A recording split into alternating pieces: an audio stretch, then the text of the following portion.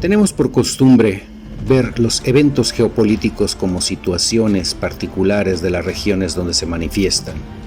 Esto en gran medida es provocado o llevado a cabo por los medios de comunicación para evitar que el público en general sea consciente de las fuerzas que hay detrás de cada suceso en tal o cual país. Pero actualmente, en este mundo globalizado, ya no se puede ocultar estas redes mundiales de intereses de poder. Hoy que va a estar muy complicado para Petro esa situación. Pero si lo logramos, porque vienen gobiernos socialistas de nuevo, tenemos a Lula que va a venir nuevamente a Brasil, tenemos supuestamente en Uruguay también de aquí a poco un Frente Amplio que vuelve al gobierno, porque de este gobierno ya no quieren saber más nada. Entonces vamos sumando gobiernos socialistas o dentro de la izquierda que se van agrupando nuevamente en Latinoamérica y dejando fuera totalmente aquella grupo de Lima, que era la junta de zorros para matar gallinas y poder borrar definitivamente a la OEA. La OEA ya no tiene que existir, indudablemente no. Gracias, Gustavo.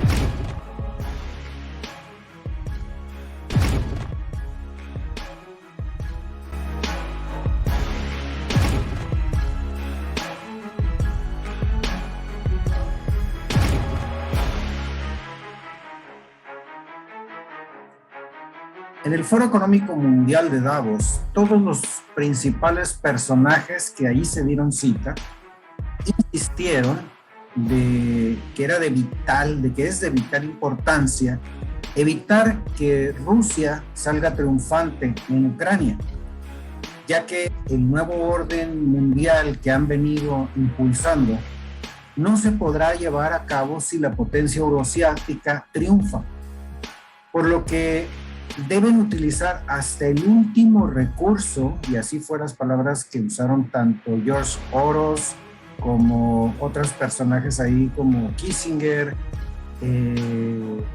Ursula von der Leyen, también se expresó de la misma manera, como que era urgente, preponderante y hay que usar hasta, como diciendo, hasta el último soldado, ¿no? Para que, entonces, a mí lo que me llama mucho la atención es pues qué hay ahí, ¿no? ¿Qué hay ahí? ¿Por qué están peleando? Es un país que de repente nunca se oía en ningún lado, no, de hecho, yo creo que nadie lo tenía en la cabeza y de repente es el país más importante para todos los grandes poderes planetarios. Incluso están diciendo de que sus propias civilizaciones están en peligro. Eso es como se están jugando su propia supervivencia en Ucrania. ¿Qué es lo que hay ahí en este lugar? Y de alguna manera también está afectando a todo el mundo y está afectando esta situación en Latinoamérica. Quisiera saber, Manuel, ¿cuál es tu percepción sobre este tema que aparentemente es muy lejano, aparentemente no tiene nada que ver con lo que sucede por acá, pero ahorita todo está conectado? ¿Qué nos puedes comentar? Correcto. Siempre para contextualizar la información, parto de analizar el contexto general, ver las bases objetivas, reales, tal cuales son. Hay algunas cosas que están sentadas, no me gusta remover lo que ya está sentado porque dentro de la teoría de la comunicación eso ya no funciona. Para avanzar hay que dejar sentados cuestiones, como por ejemplo, y esto es un preámbulo rápidamente, porque escuché a los compañeros, a los colegas hablar, por ejemplo, para ciertos comunicadores, más en este país, ya no está en debate si Estados Unidos tiene vínculos con el narcotráfico, eso es obvio. Aquí los periodistas aquí en Estados Unidos ya saben, o sea, eso ya no está en debate, no es cuestión. Pues plantearlo a ese nivel incluso expresa aquí en este país un nivel hasta de mediocridad profesional. Entonces los comunicadores aquí ya parten de hechos bien concretos, hasta toda su difusión en las comunicaciones, en los cines, dan por hecho que Estados Unidos está en ese negocio, y es un negocio de las altas élites. Es que por las calles usted lo puede ver cómo distribuyen la droga, y con policías que están cuadrados por allá, incluso lo llevan con aparatos de seguridad, llevan las jeringas para para alimentar de drogas a diferentes sectores de la sociedad norteamericana. Bueno, eso le pongo como un contexto, yendo al negocio de la industria militar en Estados Unidos. Eso también se contextualiza dentro de lo que es la tercera crisis de la globalización. Tenemos que entender que en este proceso de la globalización, los 30 años de la globalización, a raíz obviamente de la caída de la ex-URSS, Estados Unidos potenció todos sus recursos y por lo tanto se consolidó como una superpotencia hegemónica mundial. Aplicó todas las políticas neoliberales, el consenso de Washington del año 89, y profundizó todas sus políticas. Él hizo lo que quiso. Su primera crisis cíclica, como lo estableció bien claro Marx, se da. La primera fue en 1987-88, la primera. Incluso llegó a México con la llamada crisis tequila o el efecto tequila. Rusia igualmente, y fue golpeada Argentina en el año 2001. La segunda crisis ha sido cíclica, ha sido en el 2007-2008 y tuvo como centro Estados Unidos. De esa crisis no han salido. 10 años después ya avisoraban que se iba a agudizar. Vino la pandemia y eso ha profundizado. Estados Unidos, para resolver sus contradicciones, como todos los imperialismos, y ahí está el principio de la ley de los imperios, necesita incentivar la guerra por 3 razones fundamentales. Te mueve la economía en diferentes aspectos. La propia industria militar es una de ellas. Destruye y construye, es otro. Todas las inversiones, lo hemos visto en Irak, en Afganistán, lo hemos visto en todas partes. Y en todo se está metido pues, en el tráfico de armas, en el tráfico de drogas y toda esa situación. Bien, y la otra cuestión fundamental es el manejo político que hacen con todo eso. Y el manejo político va con una carga ideológica organizada, sistematizada, en el cual cumple un papel fundamental los medios de difusión. Como en la primera crisis lo cumplió CNN, en la segunda igualmente, pero en esta tercera ya no han tenido la fuerza porque se han desarrollado las redes sociales. Esa es una cuestión muy importante en el contexto de la llamada cuarta revolución industrial, y que precisamente el movimiento de prensa alternativa como somos nosotros está aprendiendo a usarlo para contrarrestar. En ese sentido y en ese marco, el tema de Ucrania es un tema muy importante, estratégico para los Estados Unidos, para la OTAN, para los países de Europa, principalmente para Estados Unidos, porque ve hackeada su hegemonía mundial y necesita debilitarlo a Rusia a toda costa. ¿Para qué? Para luego entrar al siguiente paso, porque su objetivo principal no es Rusia, es China. Ahí termino. Muchísimas gracias, Aníbal. Sobre este mismo tema. Sí, tenemos la situación de que la salida de Afganistán de Estados Unidos, indudablemente esa salida apurada que tuvo, lo dejó muy mal parado, hegemónicamente hablando, ¿no? Estados Unidos y Europa, ¿no? Los dos, Estados Unidos, tanto Estados Unidos como Europa, porque también estaban metidos ahí los europeos. Sí, en realidad es el conjunto de las naciones que conforman la OTAN las que nos han desfigurado durante tantos años, ¿no? Como lo decía recién el compañero. Lo que digo que Estados Unidos en este momento está como dando los manotazos del ahogado, sabiendo y viendo que está perdiendo esa hegemonía ante Rusia, porque cuando dicen que se están jugando la vida y el futuro de ellos en Ucrania, indudablemente no se está peleando en Ucrania solo por un pedazo de territorio o por un poco de trigo. No, indudablemente que no. Acá se está hablando de dejar atrás un mundo unipolar, hegemónico, y pasar a un mundo multipolar, donde sea más justo y solidario, y dejar atrás esa idea, esa loca idea que tienen de la Agenda 2030, dejar atrás ese genocidio humano que preparan para hacer una supuestamente de la raza humana. Entonces, indudablemente que este conflicto, esta operación especial de Rusia en Ucrania, va a marcar en la historia, ya está marcando. Estados Unidos está viendo ahora la manera de cómo negociar con Rusia sin que Rusia pierda. Escuchen bien lo que estoy diciendo. Les preocupa de que Rusia no pierda, pero que tampoco Ucrania se vea muy afectada. O sea, ya están diciendo que Ucrania se va a tener que desprender de territorio para llegar a una negociación de paz con Rusia.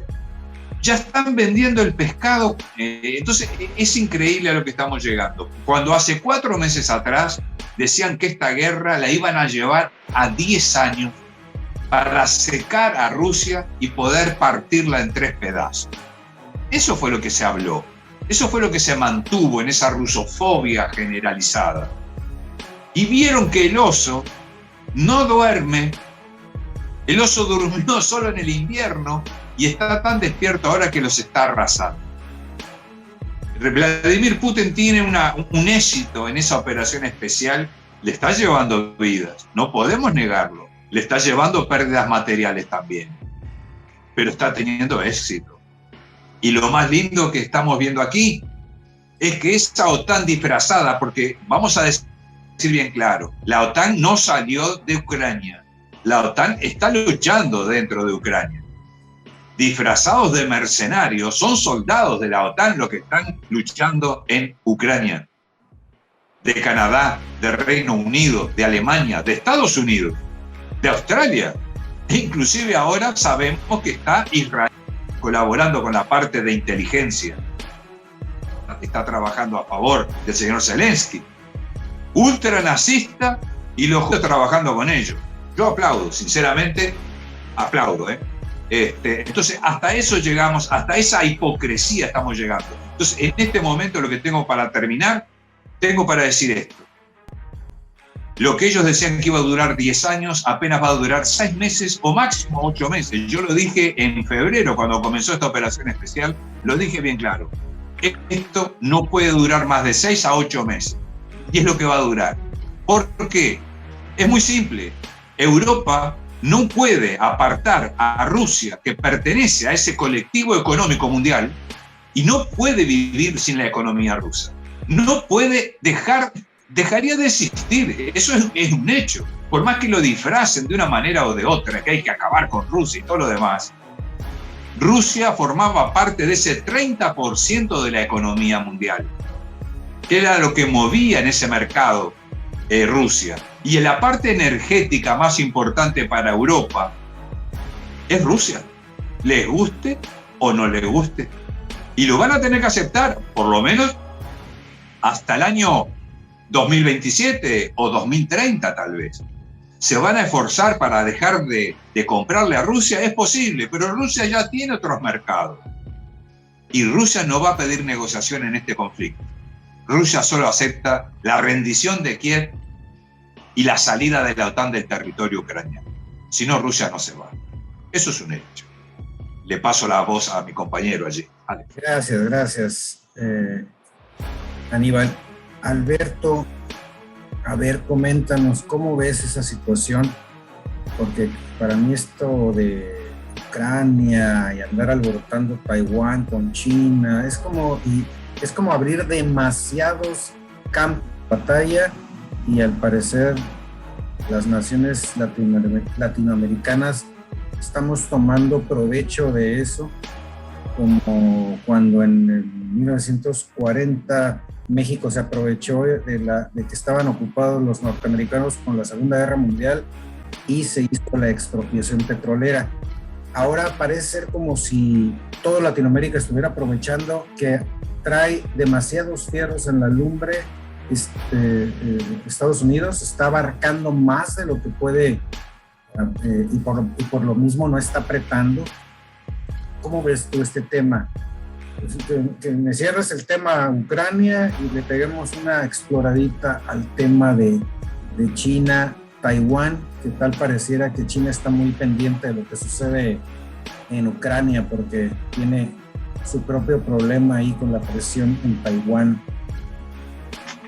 Bien, estimado Gustavo, en estos momentos, a decir de muchos importantes estudiosos que abordan pues las relaciones, la geopolítica internacional, señalan de que ante el descalabro del imperialismo estadounidense, pues se ve en la necesidad de arremeter con todas sus fuerzas en lo que significa una especie de ofensiva no solo de carácter diplomático y político como lo viene haciendo en las últimas décadas y que se acentúa en los últimos años, sino también una arremetida militar.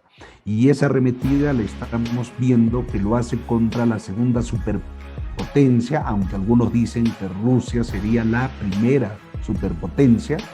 Y como bien lo decía Manuel, pretenden ajustar cuentas con Rusia, reducirla a su mínima expresión, derrotarla política, militarmente, aislarla y convertirla pues en una nación paria, pero por otro lado condicionarla económica y políticamente. Pero como muy atinadamente lo ha dicho Aníbal, en estos momentos, junio de 2022, queda absolutamente claro y de manera inobjetable que esos planes del imperialismo y los vasallos de la Europa representados en la OTAN prácticamente son un fracaso completo. De ahí que económicamente, muy a pesar de que le han dado más de 5.000 sanciones a Rusia, se mantiene prácticamente incólume, por decirlo así, y por otro lado está remetiendo en una ofensiva en términos de que va derrotando política y militarmente a la OTAN, representada por Ucrania y su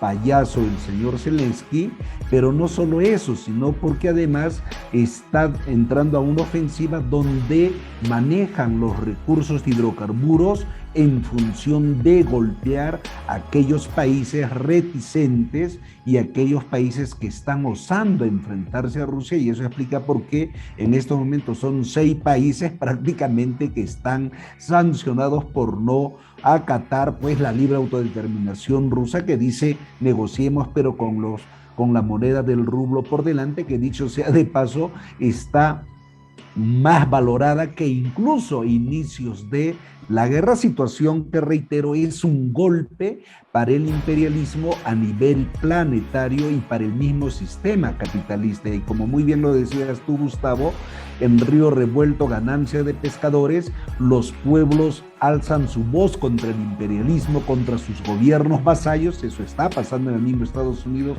en la misma Europa, e incluso Turquía ya se les está enfrentando al prácticamente señalar que va a desconocer a otros 2 países que tienen las pretensiones de ser parte de aquello, pero el día de ayer incluso el gobierno turco ha señalado de que prácticamente toda esta ofensiva es una vil mentira, si se quiere, pues diseñada e implementada por el imperialismo, y que lo acatan dócilmente los gobiernos. Entonces no son casos aislados lo que estamos señalando, pero por otro lado marca enorme preocupación porque, nos agrade o no, estamos viendo una especie de pugnas interimperialistas. No olvidemos que Rusia pues es una potencia capitalista. El mismo Putin, nos agrade o no, ha descalificado no 1, 2, 3 veces a los gestores de la revolución rusa, a los constructores hasta cierto punto de la Unión Soviética, y me refiero al gran Lenin y a Stalin. Entonces eso también yo creo que de manera, si se quiere, pues ecuánime, hay que tomarlo muy en cuenta para ver también los intereses que subyacen por parte de lo que hoy por hoy es Rusia. Pero me parece muy, muy interesante que Rusia se les haya parado enfrente y ahora esté planteando en los hechos una multipolaridad. Y por otro lado, algunos plantean una bipolaridad, y eso tiene que ver con lo que señalabas, Gustavo, de que en estos momentos se está agudizando, si se quiere, pues los enfrentamientos en el campo diplomático y político entre el otro engendro del imperialismo allá en la China continental, me refiero a Taiwán, que están prácticamente provocando a que estalle un conflicto político-militar mayor que el que hoy se desenvuelve entre Rusia versus la OTAN a través de Ucrania, de manera tal que no nos extrañe que los próximos días o semanas estalle, pues, si se quiere, una nueva guerra entre China, que está precautelando sus intereses, versus Estados Unidos mediante la OTAN. Lamentablemente, los tambores de guerra se están escuchando con mayor estridencia en los últimos días, y esperemos que por el bien de la humanidad, por el bien de los pueblos del mundo, porque son los pueblos que, como se dice popularmente, pagan los platos rotos, así como en la Primera y Segunda Guerra Mundial, guerras injustas, los pueblos pusieron a los muertos, heridos, mutilados y cargaron con las consecuencias devastadoras en materia principalmente económica y social. Hoy los pueblos de Rusia, los pueblos de Ucrania están poniendo los muertos, los heridos, y mañana probablemente lo hagan los pueblos de China, de Taiwán, mientras el funesto imperialismo maquinador pues de la destrucción de la humanidad pretende, si se quiere, pues perennizarse como tal a través de estas guerras. Pero no olvidemos que hay la ley de los imperios, que el imperialismo estadounidense, como se diría popularmente, ya fue. Apareció, se impulsó, se desarrolló, hoy está en decadencia, en senilidad, tiempo menos, tiempo más, va a ser sepultado por las ruedas de la historia, y esperemos pues que triunfe una patria socialista por el bien de la humanidad y de nuestros pueblos, distinguido Gustavo. Muchísimas gracias, Alex. Por eso pues ya agotamos las preguntas. El tema es amplio, muy amplio. Realmente... Gustavo, si me permites, una pregunta quiero hacerle a los dos compañeros, breve, en la forma más breve que sea posible.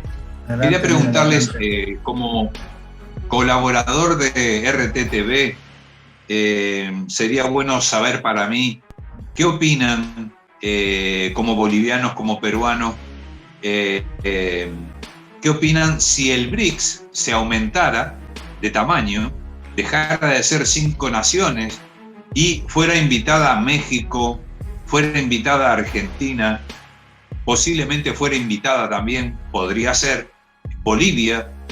Entonces, mi pregunta es, ¿cómo lo ven esa parte? Si fuera posible, sería interesante para las naciones latinoamericanas hacer ese conjunto de fuerza de naciones en la que incluyen, lógicamente, está China, Rusia, Sudáfrica, India, Brasil, y los que se sumaran, si fuera, porque esa es la idea justamente actualmente del presidente Vladimir Putin.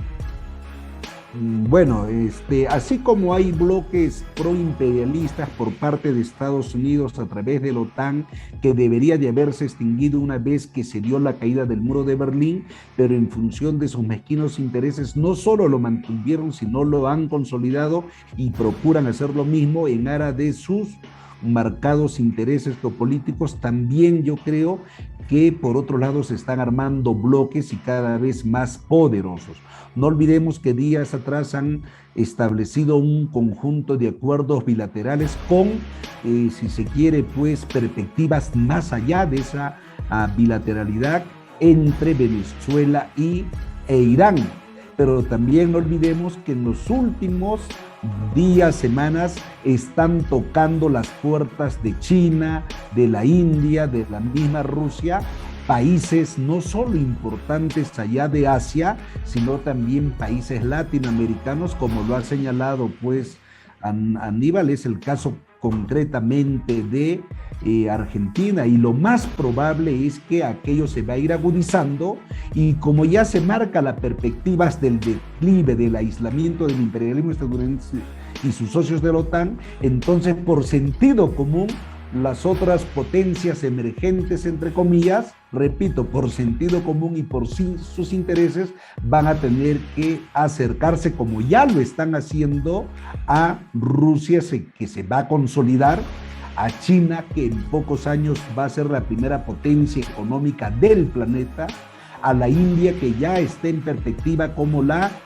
tercera economía del planeta, y así sucesivamente. Entonces yo creo que estas pugnas también va a llevar a colusiones que van a reforzar algunos bloques, y todo hace indicar que estos bloques, entre comillas, alternativos, liderizados por Rusia, China e India, van a contar con el decisivo apoyo de importantes naciones, no solo de África, sino sobre todo de Asia y de América. Fíjense, días atrás ya se ha estado señalando de que si mañana fueran las elecciones en Colombia, Petro tranquilamente va a ganar con 10 puntos. Esperemos que no hayan cosas turbias para que la voluntad popular pueda viabilizar pues lo que va a ser un gobierno antiimperialista, progresista, patriota o democrático.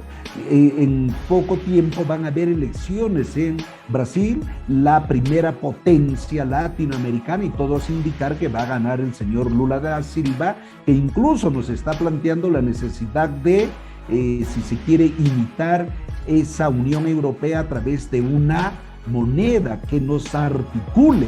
Entonces se va a dar una reconfiguración interesantísima a nivel de Latinoamérica, que creo yo va a gravitar mucho en lo que significa el BRICS, que va a ser un bloque alternativo en el marco de esta bipolaridad. Y con esto termino. Por un lado, Estados Unidos en decadencia, con sus socios vasallos principalmente de Europa, por ahí Japón, por ahí Corea del Sur, por ahí me pongo a pensar Australia, Nueva Zelanda, pero por el otro lado, otro bloque que marca la bipolaridad, comandada por China, Rusia y muchísimos países que en este momento ya están tomando partido, posición, y se están sumando, reitero, en los hechos al BRICS. Eso de mi parte, estimado Aníbal y Gustavo.